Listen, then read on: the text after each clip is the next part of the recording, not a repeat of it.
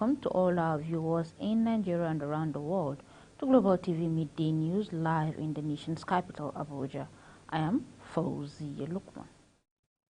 It's a mode of celebration as President Bola Tinubu celebrates former President Muhammad Buhari on his 81st birthday. The president, in his statement issued by his special advisor on media and publicity, Chief Ajuri Ngelale, described his predecessor as an icon of truth, justice and patriotism. President Tinubu extolled the leadership credentials and feats of former president, recalling his meritorious service to the nation at various times as head of state and as president. President Tinubu appreciated former President Muhammad Buhari for his friendship and vote of confidence shown through his steward support for his administration. While wishing the elder statesman longevity and strength, President Tinubu assured the former president that the hope for a prosperous, peaceful and progressive Nigeria, which he had always worked for, would not be a dash. A heavy-duty truck carrying bottled water has crashed at the Hawan Kibo on the Jos Abuja highway in a lone accident, leaving scores of motorists and commuters stranded in the gridlock. Peter Luxon, the public education officer of the Platoon Command of the Federal Road Safety Corps, confirmed the development in Jos. Luxon said that the accident occurred at 4 p.m., adding that the tanker fell crossing the highway, blocking both lanes. Mohammed Suleiman, an eyewitness at the scene of the accident, who was on his way to Abuja from Jos, said the commuters have been stranded there for hours without movement from both sides of the road. However, he noted that hope for the stranded passengers seems to be in sight as officials of the FRSC were mobilizing to the area to remove the vehicle and ease the gridlock. The organized labor in the country will soon come up with a strong position on the suspension of the payment of wage award to civil servants and warned the federal government and state government to prepare to increase the minimum wage from currently 30,000 naira monthly. It called on the state governors to pay the minimum wage once it is signed into the law next year. Already conversations are being held around the new minimum wage, which is expected to be signed into law soon. The federal government on its part has budgeted the sum of 1 trillion naira for minimum wage adjustment, promotion arrears and severance benefit for civil servants in its ministries, departments and agencies. Analysis of the 2024 appropriation budget released by the Budget Office of the Federation revealed. However, state governments have largely remained silent on the issue of a new minimum wage for their workers, even in the face of escalating cost of living nationwide. The Lagos State Governor Babajide Sanwo-Olu has approved 35,000 naira wage award for the state public servants. This was just as he also approved the payment of 50% of basic salary as an end-of-year bonus for all political appointees and public servants, employees of local government and local council development areas, Lagos State Universal Basic Education Board, and the Lagos Neighborhood Safety Corps. The approval was contained in a circular obtained and signed by the Lagos State Head of Service, Bode Agoro. The statement further noted that end-of-year bonus and the wage award, which would be paid alongside the December 2023 salary, would not be taxable. The Kogi State House of Assembly on Saturday re-invited the Ministry of Solid Minerals to appear before it on Tuesday to defend her 2024 budget estimate. Also re-inviting to appear before the House is the Director General, Kogi State Solid Mineral Development Agency. The Chairman, House Standing Committee on Solid Minerals, Honorable Omotayo Ishaya, gave the directive at the Assembly Complex following the absence of the Permanent Secretary of the Ministry and the Director General of the agency. The committee Vice Chairman, Jibrin Abo, who was currently lawmaker representing Ajakuta State constituency, lamented that if Kogi State Governor Yahya Bello can shut down all his engagements to appear before the Haro Chamber to present the state budget, he sees no reason why some heads of the MDAs would ignore invitation by the various House committees to defend their next year budget. The Enugu State government says it will reopen one lane of the Enugu-Port Harcourt Express collapsed bridge for use by December 24th. The State Commissioner for Works, Gerald Otiji, disclosed this while briefing newsmen after the State Executive Council meeting held at the Government House, Enugu. Peter Mba of Enugu stated that on November 9th announced that the federal government will commence the reconstruction work on the collapsed bridge. Mba noted that the reconstruction will begin with palliative work on one lane of the bridge that was standing to ensure that it was ready for use within the next 10 days. Speaking, Otiji said the Federal Ministry of Works is reconstructing the Artisan Cattle Market Bridge in collaboration with the Enugu State Ministry of Works. The Executive Secretary, National Commission for Persons with Disabilities, James Lalo, has appealed for a coherent, consistent order service delivery in dealing with persons with disabilities in Nigeria. Lalo urged the minister to extend the same measures of understanding and opportunities to other institutions under his purview, such as the Nigerian Immigration Service, as Section 26 of the Act stated that priorities should be given to persons with disabilities in accessing government services as obtaining international passport and other amenities pose a big challenge to PWDs. The minister stated the nation building is a joint task, hence the Federal Ministry of Interior is open to partnership with the Commission in order to achieve an all-inclusive Nigeria. The Nigerian Center for Disease Control and Prevention, NCDC, has debunked a report of fresh outbreaks of COVID-19 in Benue State. The agency stated that there was no fresh case of the disease in the state, adding that the report is a complete misinterpretation of a statement made on December 11, 2023 by WHO State Surveillance Officer at the Civil Society Organization CSOs and a media personnel meeting organized by the Benue State Primary Healthcare Board in collaboration with the WHO.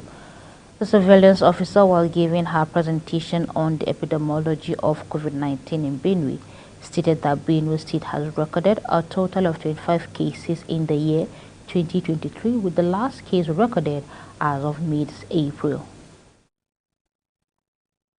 A fire accident on Saturday night gutted a transmission company of Nigeria's power substation in Maryland, Lagos State. According to a late-night statement released by the Lagos State Fire and Rescue Service, the fire had been put out.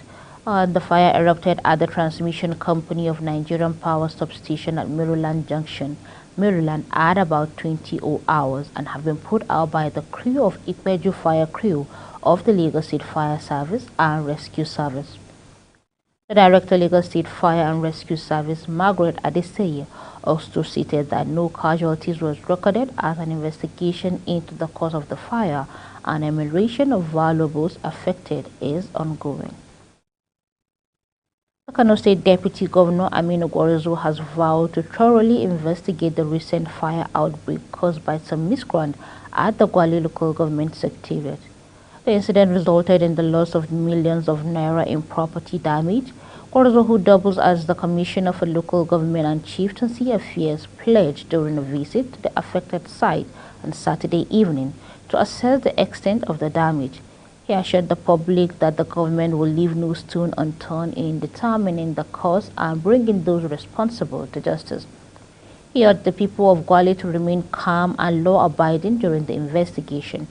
According to the Director of Personnel for Local Government, Awal Dambata, the fire incident occurred on Wednesday, December 13, 2023, and it engulfed 3 departments and affected 18 officers within the Secretariat. You're watching Global TV Midday News live from Nigeria's capital, Abuja. We are on StarTime channel 276. Kindly follow us across social media platforms using @GlobalTVNG and other handles now showing on your screen. In the midday news return, National Assembly targeting a 20% contribution of the maritime sector to the country's gross domestic product in 2024. The news continues shortly with details of these and more stories right after this short break. Please stay with us.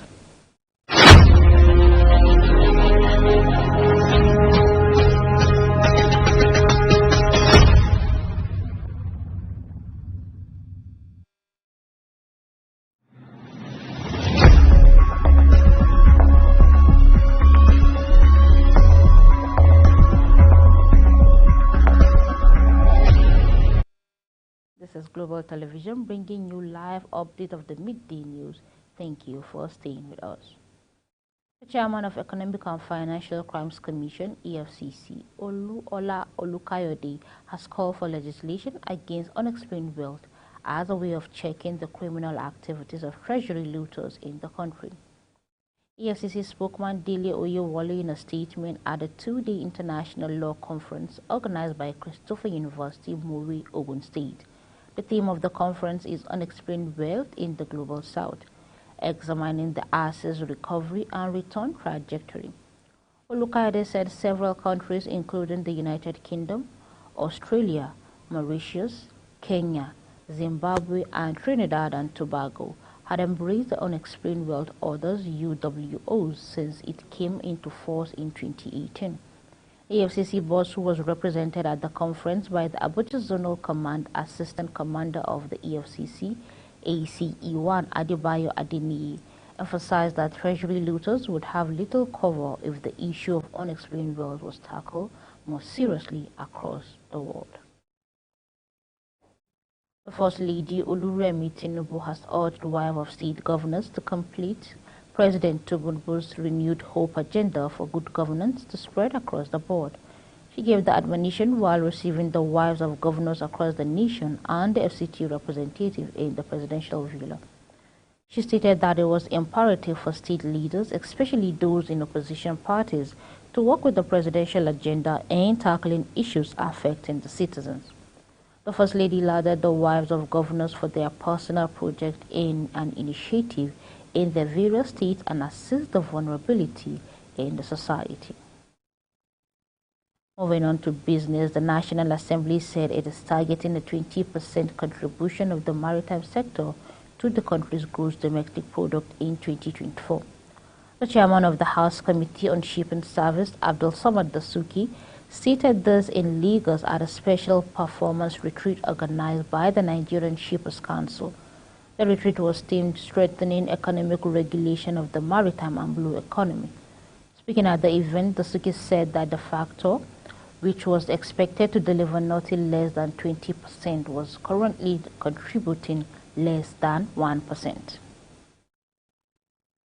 The Nigerian Deposit Insurance Corporation (NDIC) has announced the disbursement of more than 1.7 billion naira to customers affected by the revocation of license of microbanks and for primary mortgage banks. Speaking at the 2023 NDIC Editors Forum in Lagos, Bello Hassan, the Managing Director, Chief Executive Officer of the NDIC, revealed that the payments were made following the revocation of license by the Central Bank of Nigeria earlier this year, affecting 183 institutions comprising microfinance banks and primary mortgage banks.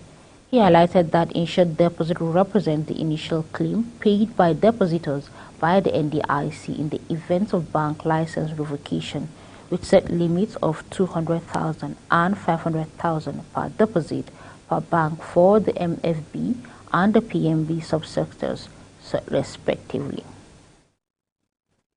While on the foreign scene, President Bola Tinubu has sympathized with the ruling Sheba family, the government, and the people of the state of Kuwait over passing of the Emir Sheikh Nawaf Al Ahmad Al Sheba.